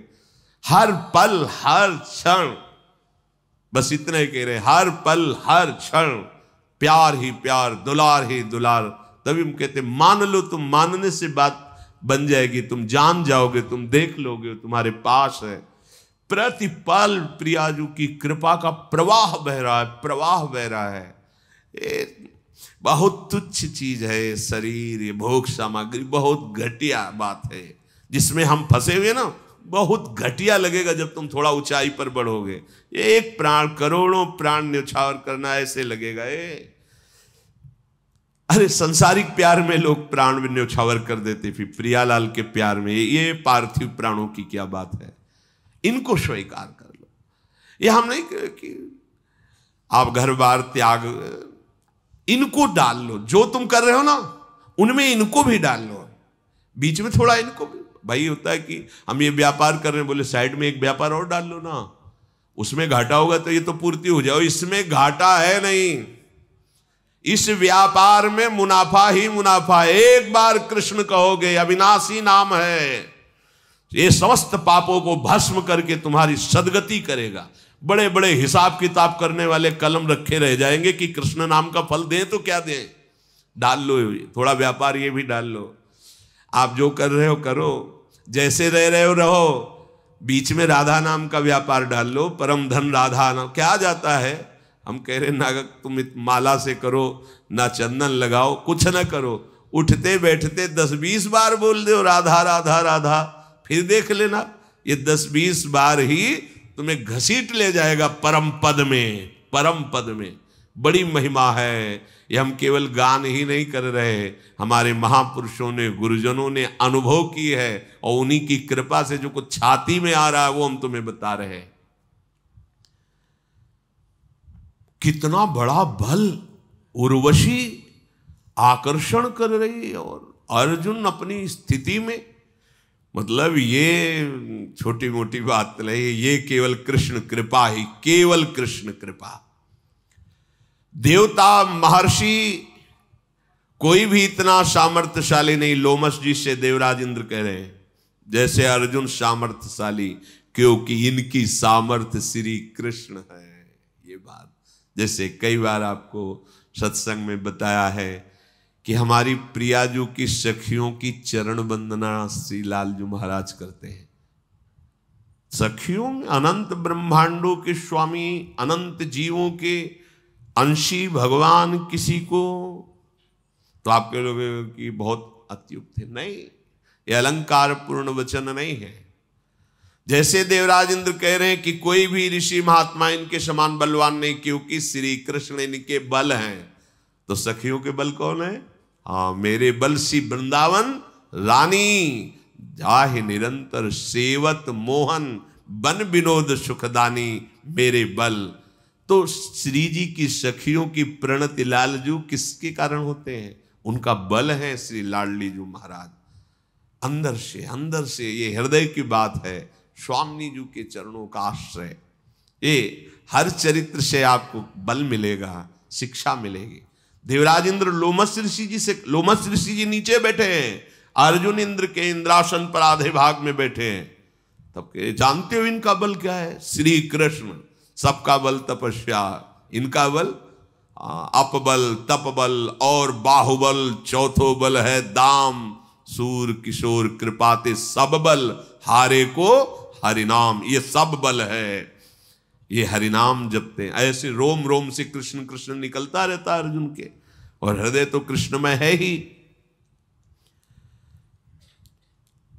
इन दिनों निवात कवच नाम से प्रसिद्ध बहुत उद्दंड असुरगण बढ़ रहे हैं। हम अर्जुन के द्वारा उनका नाश करवाएंगे, लोमस ऋषि से देवराज इंद्र कह रहे हैं। ये महाबली भयंकर स्वरूप धारण करके अर्जुन जब गांडीव पर प्रत्यंचा चढ़ा लेंगे तो कोई इनके सामने टिकेगा नहीं, क्योंकि सब दिव्यास्त्रों से युक्त हो गए हैं। भगवान श्री कृष्ण से अगर प्रार्थना करूं तो केवल दृष्टि डाल दे तो निवात कवच नाम के राक्षस नष्ट हो जाएंगे। पर जब उनके मित्र अर्जुन मिल गए हैं तो उनसे प्रार्थना करने की आवश्यकता नहीं है। इतने छोटे कार्य के लिए मधुसूदन भगवान को सूचना देने की जरूरत नहीं। ये शूरवीर अर्जुन अकेले ही निवात कवचों का संहार करेंगे। मैं आपसे एक प्रार्थना करता हूं, लोमस जी से देवराज इंद्र ने कहा, आप प्राय भ्रमण करते रहते, तो भ्रमण करते हुए एक काम्यक वन में इस समय युधिष्ठिर विराजमान है। आप वहां चले जाइए और वो अर्जुन की बात सुनना चाहते। कैसे? 5 वर्ष हो गए हैं, तो उनको जाके बता दीजिए कि अर्जुन ने देवताओं के समस्त दिव्यास्त्रों को प्राप्त कर लिया है, और नृत्य वाद्य गीत जो पृथ्वी लोक में नहीं है वो सब पारंगत चित्रसेन गंधर्व के द्वारा इनको कर दिया गया है। शत्रुदमन, आप अभी जो समय वनवास का बकाया है तीर्थयाटन करो, समय आने पर अर्जुन तुम्हारे पास पहुंच जाएंगे, वो बहुत सुखपूर्वक हैं। ऐसी सूचना देवराज इंद्र ने लोमस जी को देने की कही कि आप जाकर के जहां युधिष्ठिर आदि विराजमान हैं वहां उनको दीजिए। महामुने, और मैं ये चाहूंगा कि आप मंत्र बल से पांडवों को सुरक्षित रखें, वहां जहां तीर्थ यात्रा करें आप उनके साथ रहें, तीर्थों में तीर्थों का परिचय दें कि अमुक अमुक तीर्थ, और उनकी सुरक्षा करें। जो आज्ञा, ऐसा लोमश जी ने देवराज इंद्र से कहा, और शत्रुदमन कुंती कुमार धर्मराज युधिष्ठिर के सूचना देने के लिए वो भूतल लोक पर आए। इधर धृतराष्ट्र जी ने जब ये सुना कि स्वर्ग में विराजमान है अर्जुन भगवान व्यास देव जी से, तो धृतराष्ट्र जी ने संजय को बुलाया। बहुत प्रिय है संजय, बहुत हृदयस्थ है संजय, ये सारथी हैं धृतराष्ट्र के। अर्जुन की सूचना मुझे मिली है, क्या ये बातें सब सत्य हैं? और देखो तो संजय, मेरा ये मूढ़ बुद्धि पुत्र दुर्योधन विषय भोग में है और पांडव संचय कर रहे हैं बल, ये पाप पूर्ण लगता है, मेरे वंश का विनाश ही कर देगा। ये दुर्बुद्धि दुर्योधन एक दिन सारे भूमंडल का सर्वनाश करा देगा। मैंने सुना है कि महात्मा पांडव कभी हंसी में भी झूठ नहीं बोलते। अरे जिनकी ओर से अर्जुन जैसा योद्धा, उन महाराज युधिष्ठिर को सम्राट पद प्राप्त होना क्या, देवराज इंद्र पद प्राप्त हो जाएगा। मेरा दुर्भाग्य बढ़ रहा है संजय, ये दुरात्मा मेरा पुत्र मृत्यु के वशीभूत हो गया है। मैं दिन रात जलता रहता हूं, गांडीव धनवा अर्जुन का सामना कौन कर सकता है इस भूमंडल पर। ये कर्ण तो बहुत बोलता है, ये अर्जुन के सामने टिक नहीं सकता, क्योंकि अर्जुन जी दिव्यास्त्र प्राप्त किए और भीष्म जी उनसे लोहा ले सकते हैं, क्योंकि भीष्म को भी गंगा जी ने वही सब प्रदान करवाया जो अर्जुन को प्राप्त है। पर अंदर से भीष्म जी बहुत पांडवों को प्यार करते हैं, इसलिए रहेंगे मेरे पक्ष में, आशीष देंगे पांडवों को। भीष्म जी विजय प्राप्त कर सकते हैं पर असंभव, क्योंकि उनका हृदय पांडवों के प्रति प्यार भरा है। पर्वत शिखर पर गिरने वाला वज्र भले भी चूक कर दे, पर किरीटधारी अर्जुन के गांडीव से चलाए हुए बाण से कोई बच नहीं सकता। मैं बहुत जल रहा हूं, मेरे हृदय में घबराहट हो रही है, मैं क्या करूं संजय, मुझे कोई उपाय बताओ। राजेंद्र, मैंने सुना है कुंती कुमार अर्जुन ने देवाधिदेव महाशंकर को भी युद्ध में संतुष्ट कर दिया है। जटाजूटधारी सर्वदेवेश्वर गंगाधर भगवान शिव ने उनके बल की परीक्षा लेकर के उनको अपना दिव्यास्त्र पाशुपतास्त्र दे दिया है। संसार में अर्जुन को छोड़कर ऐसा कोई नहीं कि लोकेश्वर महादेव का वो अस्त्र धारण कर सके। भरी सभा में द्रौपदी का वस्त्र खींचा गया, उनके हृदय में आज भी वो बात स्थित है। इसलिए मैं निश्चित करता हूं कि पांडवों के साथ तुम्हारा युद्ध निश्चित है महाराज। जिस समय दुर्योधन जांग ठोक कर और खोल करके दिखा रहा था द्रौपदी को, और भीमसेन ने फड़कते हुए प्रतिज्ञा की थी कि यहीं से जांग तोड़ूंगा, वो बात परम सत्य होगी, कोई नहीं बचा सकता। सभी पांडव भगवान श्री कृष्ण की कृपा से सुरक्षित हैं, अभी किसी को कुछ नहीं कष्ट हुआ। मेरा विश्वास है कि आप स्वयं जाइए और पांडवों को विनय पूर्वक अपने पक्ष में कर लीजिए, तो ही बच सकते हो, अन्यथा नहीं। धृतराष्ट्र ने कहा कि संजय, ये कर्ण बहुत कठोर बोलता है, इसने और आग लगा दी, द्रौपदी को गलत गलत बातें बोली। मेरी हिम्मत तो नहीं कि मैं पांडवों के सामने जाकर बात कर सकूं, जितना उनका अपमान हुआ है। मंत्रियों सहित मेरे पुत्र और इनका साथ देने वाले भूमंडल के सब राजा अब तो निश्चित मरेंगे, मुझे ऐसा लग रहा है। धृतराष्ट्र जी बड़ी चिंता में हैं। इधर देवराज इंद्र के आदेश से लोमश जी वहां पहुंचे जहां महाराज युधिष्ठिर विराजमान है, 10,000 ब्रह्म ऋषियों के बीच में जो ही देखा कि महान तपस्वी लोमस जी आए हुए हैं, सब खड़े हो गए, उनका स्वागत किया। युधिष्ठिर जी ने पूजन करके उनको आसन पर बैठाया और फिर हाथ जोड़कर कहा, प्रभु यद्यपि आप महापुरुषों का, संतों का आगमन परम कल्याण के लिए ही होता है, पर मैं जानना चाहता हूं क्या विशेष कोई कारण है आपके यहां पधारने का। लोमस जी ने कहा, मुझे देवराज इंद्र ने भेजा है, मैं स्वर्ग में गया हुआ था, क्योंकि मैं संपूर्ण लोकों में अपने तप के प्रभाव से विचर सकता हूं। मैंने जैसी प्रभुता इंद्र की देखी वैसी ही अर्जुन की देखी। तुम्हारे वीर भ्राता सब्यसाची अर्जुन को देखा कि इंद्र के आधे सिंहासन पर बैठे हुए हैं। मुझे बड़ा आश्चर्य हुआ, मेरे मन में प्रश्न भी खड़ा हुआ, पर उस प्रश्न का समाधान मुझे देवराज इंद्र से मिल गया। उन्हीं की आज्ञा से मैं आया हूं और मैं तुम्हें बता रहा हूं कि तुम्हारे भाई ने वो वस्तुएं प्राप्त की है जो इस भूतल पर क्या किसी देवता के पास भी नहीं, क्योंकि किसी भी देवता के पास अपना अस्त्र है, लेकिन अर्जुन के पास पाशुपतास्त्र, कालदंड, अंतर्धान, वरुण पाश, अब देवराज इंद्र के द्वारा सब दिव्यास्त्र। इंद्र के आदेश से वो बहुत जल्दी आपके दर्शन करने आएंगे, आपको बिल्कुल चिंता नहीं करनी। अर्जुन बहुत सुखपूर्वक हैं। भगवान शंकर का दर्शन, भगवान शंकर का आशीष, कुबेर का आशीष, वरुण देव का आशीष, यम का आशीष, देवराज इंद्र का आशीष और उनके दिव्यास्त्र, ये सब अर्जुन जी को प्राप्त हो गए हैं। और इतना ही नहीं, विश्वावसु के पुत्र चित्रसेन से नृत्य, गीत, सामगान, वाद्य कला में अर्जुन ऐसे प्रवीण हो गए कि भूमंडल पर उनके समान कोई न नाचने वाला, न गाने वाला, न बजाने वाला।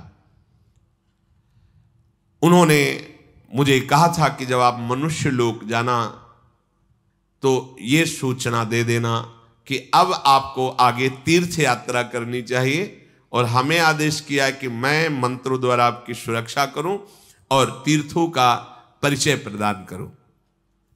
लोमस जी की आज्ञा से श्री युधिष्ठिर जी का मन बहुत प्रसन्न हुआ और कहा, अब आगे आप जिस तीर्थ की यात्रा कहें मैं कहूं। लोमस जी उनको विभिन्न तीर्थों में ले जाते हुए नैमिषारण्य तीर्थ में लाए। वहां गोमती के पुण्य तीर्थों में स्नान कराया और जो ब्राह्मण जन थे, बटलोई प्राप्त थी ही सूर्य के द्वारा, जो भोजन चाहो तत्काल तैयार हो जाए, जितने का चाहो उतने का, बस केवल द्रौपदी जी ना पावे। द्रौपदी जी ने जहां पाया फिर बटलोई से कुछ नहीं प्रकट होगा। पितरों को, ब्राह्मणों को, वहां के समस्त ऋषियों को खूब तृप्त किया उसी बटलोई से युधिष्ठिर जी ने। फिर कन्या तीर्थ, अश्व तीर्थ, गो तीर्थ, कालकोटि, वृषप्रस्थगिरी के निवास करने वाले बहुत से ऋषियों के दर्शन। फिर वहां से परम पावन भूमि प्रयागराज आए। प्रयागराज में गंगा यमुना के संगम में स्नान किया। बहुत दिन तक वहीं संगम में रह करके तपस्या, उपासना और ब्रह्म ऋषियों का सेवा, पाप रहित महात्माओं का त्रिवेणी तट पर खूब स्वागत किया महाराज युधिष्ठिर ने। तत्पश्चात पांडवों के साथ ब्रह्मा जी की वेदी पर गए, जो तपस्वी जनों से सेवित है। उन वीरों ने उत्तम तपस्या करके कंदमूल, फल और बहुत सी सामग्रियों द्वारा ब्रह्म ऋषियों को तृप्त किया। अनुपम तेजस्वी प्रयाग से चल करके महाराज युधिष्ठिर राजर्षि गय के द्वारा यज्ञ करके शुद्ध किए हुए उत्तम पर्वत पर, जिसे गया तीर्थ कहते हैं, वहां भी गए। वहां गयसिर नामक पर्वत है और वेद की पंक्तियों से घिरी हुई रमणीय नदी है। महर्षियों से सेवित उस नदी में स्नान किया। फिर वहां भी जो शुक्र, दान, पुण्य आदि बटलोई है ही खूब। फिर ब्रह्म सरोवर पर गए, अगस्त मुनि के द्वारा सेवित ये ब्रह्म सरोवर। फिर वहां की महिमा बता करके लोमस जी ने उनको आगे के तीर्थों में पहुंचाया। तदनंतर रोग शोक से रहित हेमकूट पर्वत पर, फिर वहां से बड़ी अद्भुत अद्भुत दिव्यता का दर्शन करके नंदा नदी दिखाई कि इस नदी में स्नान करने से कोई रोग नहीं होता और भारी से भारी शोक संकट निवृत्त हो जाता है। कुंती नंदन, इस तीर्थ में जो गोता लगाता है उसके सारे पाप तत्काल नष्ट हो जाते हैं, तुम अपने भाइयों के साथ यहां स्नान करो। नंदा नदी में गोता लगाने के पश्चात कौशिकी तट पर गए, जहां महर्षि विश्वामित्र जी ने बड़ी उग्र तपस्या की थी। युधिष्ठिर ने अपने ब्राह्मणों के साथ दल बल के साथ उस नदी में स्नान किया और उसी तट पर रुके। लोमस जी ने कहा, ये देवताओं के द्वारा सेवित पुण्य सलिला कौशिकी नदी है। यहां परम पावन विश्वामित्र जी का रमणीय आश्रम है। यहां कश्यप गोत्री महात्मा विभांडक का पुण्य नामक आश्रम है और इन्हीं के तपस्वी एवं जितेंद्रीय पुत्र महात्मा ऋष्य श्रृंग यहां विराजमान रहते थे। उनका ये तपस्या का ऐसा प्रभाव था कि इंद्र नाराज हो गए थे तो वर्षा नहीं कर रहे थे, पर उनके तपस्या के प्रभाव से वर्षा हुई और सब देश सुखी हुए। महाराज युधिष्ठिर ने पूछा, कश्यप नंदन विभांडक ऋषि के पुत्र ऋष्य श्रृंग, हमने सुना है मृगी के पेट से प्रकट हुए थे, तो क्या विभांडक ऋषि ने धर्म विरुद्ध पशु का संयोग किया? तभी तो पुत्र होगा। पशु से संयोग करना तो शास्त्र निषिद्ध है और बहुत बड़ा अपराध है। पशु से समागम मनुष्य शरीर, ये तो बहुत बड़ा पाप है। ऐसा विरुद्ध योनि संसर्ग एक महान तपस्वी कैसे कर सकता है? और एक मृगी इतने बड़े ऋषि के गर्भ को कैसे धारण कर सकती है? अगर ये अशुद्ध कार्य था तो देवराज इंद्र ऐसे कैसे प्रसन्न होकर वर्षा कर सकते हैं? मेरी समझ में नहीं आ रहा। नियम व्रत का पालन करने वाली राजकुमारी शांता ने फिर मृग से प्रकट हुए इन ऋषि को पति रूप में कैसे वर्ण किया? ये वही ऋषि हैं जिनको चक्रवर्ती सम्राट दशरथ जी के यहां वशिष्ठ जी ने बुलाया था और भगवान श्री राम लक्ष्मण भरत शत्रुघ्न का प्रादुर्भाव पुत्रेष्टि यज्ञ से हुआ। इन्हीं को श्रृंगी ऋषि कहते हैं, पर यहां ऋष्य श्रृंग नाम से उनको संबोधन किया गया। लोमस जी ने कहा, ब्रह्मर्षि विभांडक बड़े महान तपस्वी और अमोघ वीर थे, अर्थात अभी तक कभी वीर उनका पतन ही नहीं हुआ था। उनके प्रतापी पुत्र ऋष्य श्रृंग का जन्म कैसे हुआ है मैं बताता हूं। विभांडक मुनि परम पूजनी, महान तेजस्वी, कश्यप गोत्री, कोई भी देवता उनके सामने टिक नहीं सकता, ऐसी प्रचंड तपस्या। वो एक कुंड में खड़े होकर के जल में मंत्र का अनुष्ठान कर रहे थे। दीर्घ काल तक महान कष्ट सहते हुए मंत्राकार वृत्ति। तस्य रेता प्रचस्कंद दृष्ट्वा अप्सर उर्वशीम। देखो, अभी चरित्र सुना, एक तपस्या का और एक श्री कृष्ण मित्र का। श्री कृष्ण अब तपस्या। तस्य रेता प्रचस्कंद दृष्ट्वा अप्सरस मुर्वशीम अपसूप स्पृशतो राजन मृगी तच्चा पिबत तदा। वो जहां जलकुंड में खड़े होकर के मंत्र जाप कर रहे थे, वहीं उर्वशी अप्सरा आ गई और स्नान कर रही थी। शास्त्र निषेध करता है, एक बार दृष्टि चली जाए, जैसे आप परिक्रमा लगा रहे हैं, यमुना में कोई माई बहन स्नान कर रही तो दृष्टि संभाली, अगर एक बार चली जाए तो दोबारा नहीं जानी चाहिए। अगर दोबारा उस रूप में देखते हैं तो फिर आपका अंतःकरण मलिन हो जाएगा। अब इतने बड़े महान तपस्वी विभांडक जी कितने एकांत में मंत्र के चिंतन में लगे हैं। अब स्नान से जल का शब्द होता है, तो अचानक दृष्टि गई तो उर्वशी जी स्नान कर रही थी। उर्वशी जी के रूप को देखकर जो अमोघ वीर थे आज संभल नहीं पाए। उर्वशी ने कुछ कहा नहीं, यहां तो अर्जुन के समीप गई थी। श्री कृष्ण बल और तपस्या बल में अंतर है। उनका वो अमोघ वीर इतना मन व्यथित हुआ, कुछ छुआ नहीं, कुछ नहीं कि उर्वशी को जाके स्पर्श, कुछ नहीं, केवल दृश्य देखा, मन विचलित हो गया। तो एक मनोवाह नाड़ी, अगर मन विचलित हो गया तो मनोवाह नाड़ी स्थित ब्रह्मचर्य को भी स्खलित कर देती है। वीर स्खलित हो गया और वीर उसी कुंड के जल में, और वो लहरों से किनारे आ गया।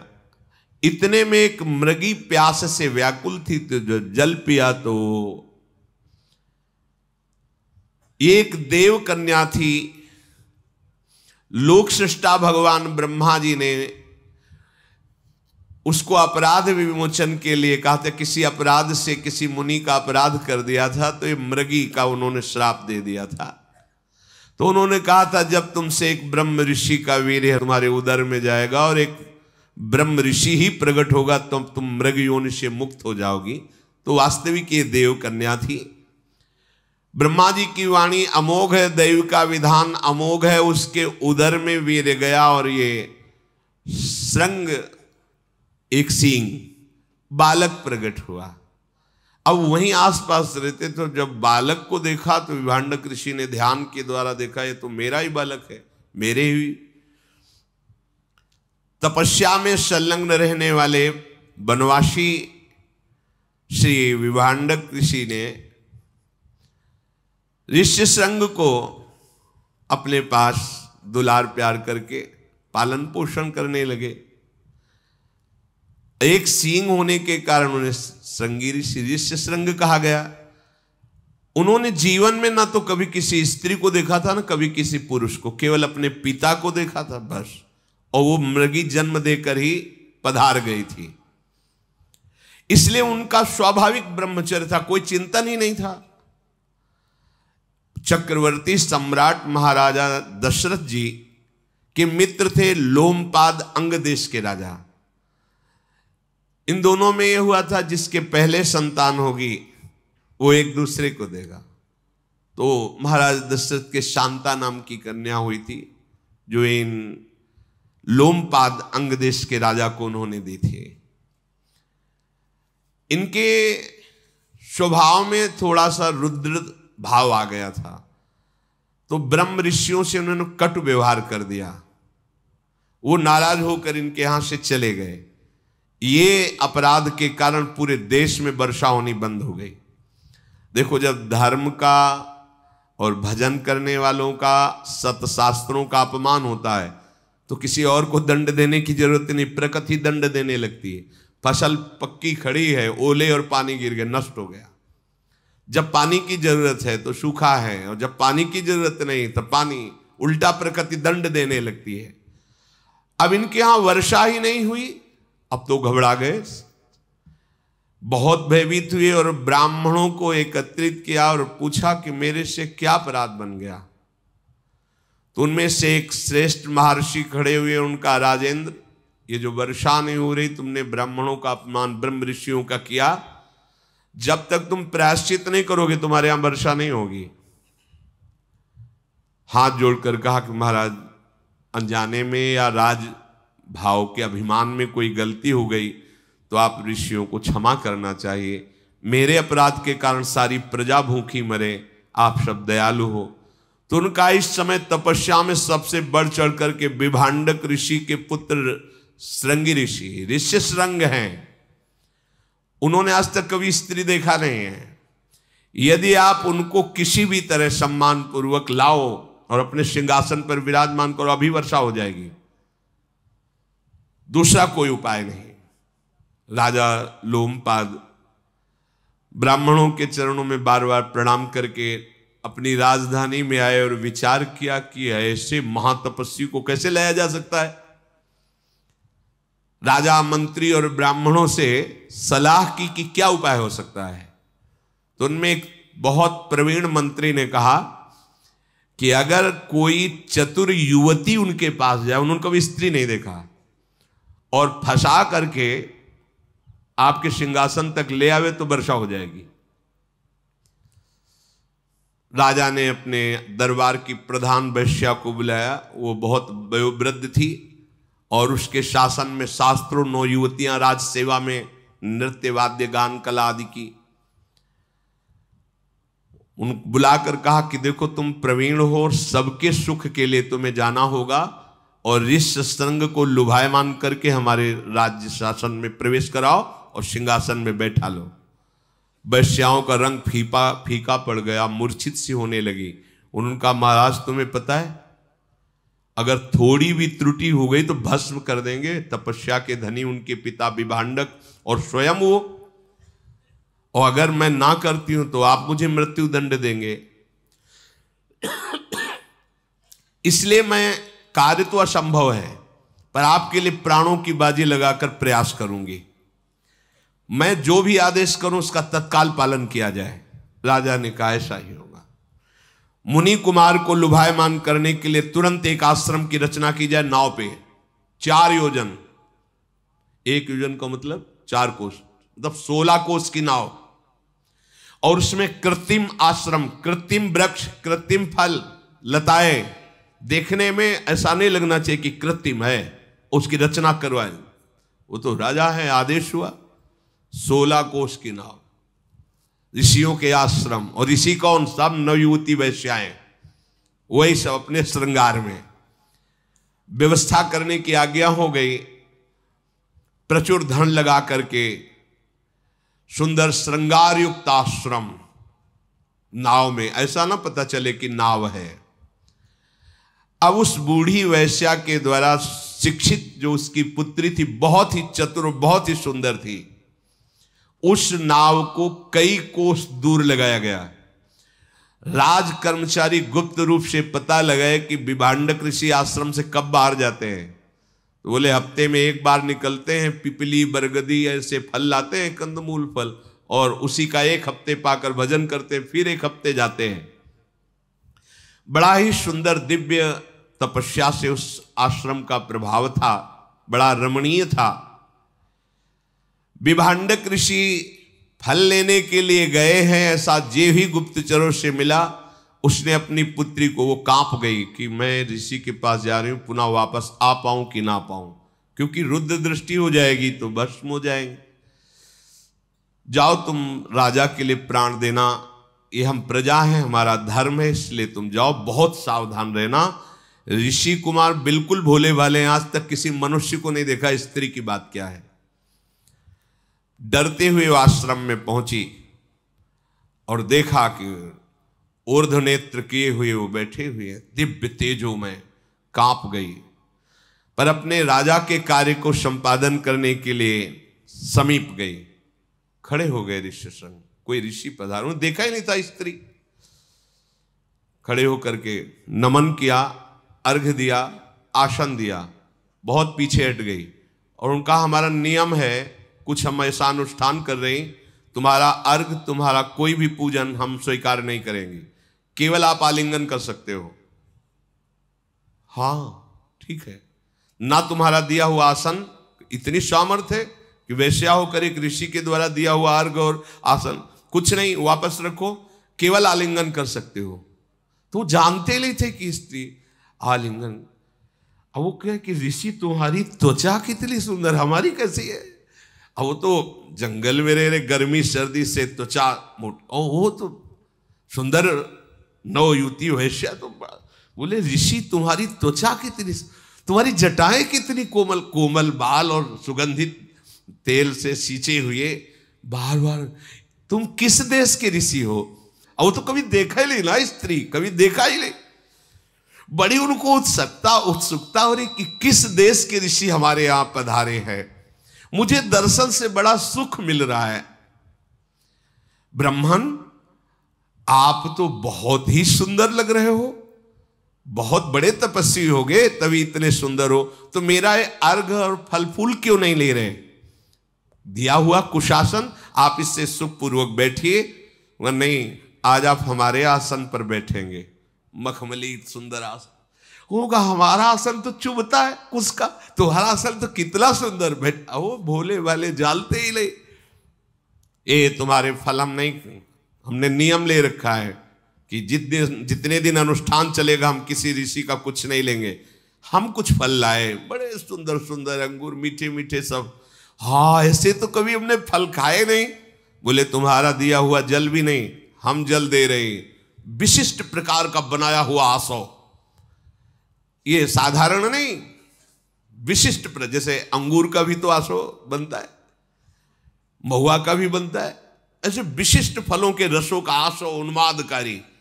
और हे पिया उन्होंने कहा, मैंने तो जिंदगी में ऐसा नहीं पिया। वो बड़े आनंदित हो रहे। और हे ऋषि, ये भूमि डोलती नजर आ रही है, वो आसो पिए हुए, बार बार हृदय में आलिंगन। और दूर एक गुप्तचर खड़ा है कि विभांडक ऋषि कितनी दूर है, कितने समय वापिस होंगे। वो कहा, आप मुझे प्रणाम मत कीजिएगा कभी, तभी मैं बार बार आऊंगी। उनका जैसा आप कहेंगे वैसा। मैं आपके लिए बंदनी नहीं हूं, आप मेरे बंदनी हैं। मैं आपके लिए दर्शनी नहीं हूं, आप मेरे दर्शनी। मैं आपका दर्शन कर ले आया हूं।